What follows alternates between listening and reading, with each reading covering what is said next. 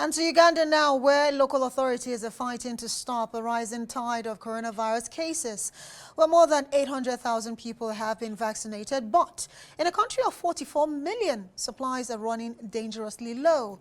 Our rights correspondent, Oliver James, has this report. The party's over for these revellers in Uganda's capital, Kampala. 3 hours after the country's COVID curfew, several of them were allegedly caught drinking in a bar. The president gave a directive that all businesses by 7 should be closed, and this by 10 was open. And likewise, we shall be having statements from the owners of the premise to understand why they were open by that time, and the fact that some of the suspects were found drinking, and during the operation we saw a couple of them run away, flee the scene. The move may seem heavy-handed, but Uganda is in the grip of a coronavirus uptick. Confirmed weekly cases soared by almost 2,000 last week.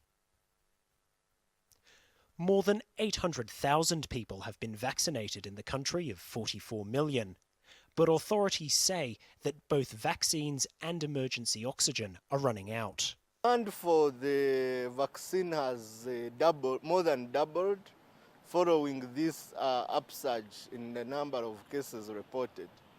And also we are almost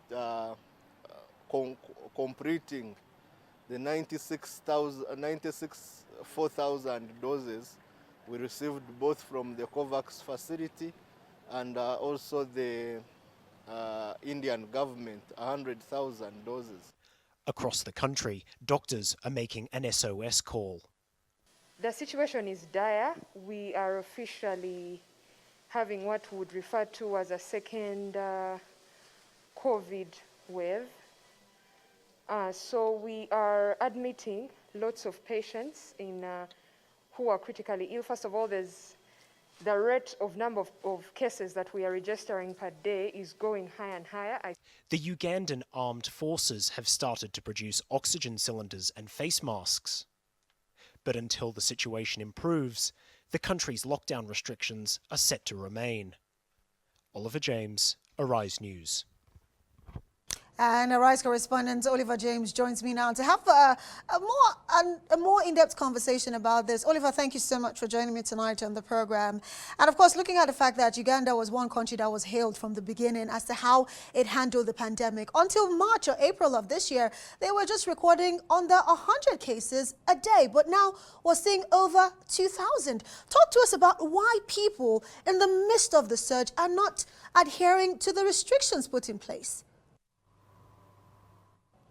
Well, good evening, Amaka. Look, there are a variety of different factors at play here. I think the most prominent one is pandemic fatigue. As you say, the case numbers in Uganda have been quite good for quite a long time, but many experts have attributed that to Uganda's quite rapid and strict enforcement and use of lockdown measures beginning early last year, if not even earlier.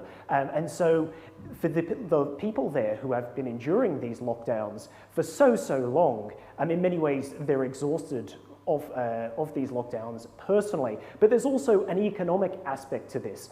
We heard the Ugandan president last week announce that many shops, markets, schools, religious services will be closed for at least 42 days. Now, if you put yourself in the shoes of someone who's just heard that, for many people, that means no work, no income for 42 days. Many people don't keep savings for 42 days. That's a month and a half. And they certainly wouldn't keep savings to keep themselves and their families clothed and fed for that time after a full year of on and off lockdowns with an economy that's struggling much like the rest of the world.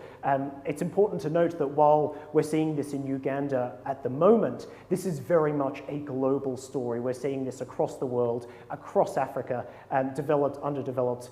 In almost every country that's using lockdowns, there are many people who are feeling exactly the same as these people there in Kampala. Absolutely. You know, pandemic fatigue is a problem, not just there in Uganda, but all across the globe. But Oliver James, I would have to say thank you so much for joining me tonight on the program, of course, with the update concerning what is going on in Uganda as it concerns their COVID-19 restrictions and, of course, the second wave being experienced in the country.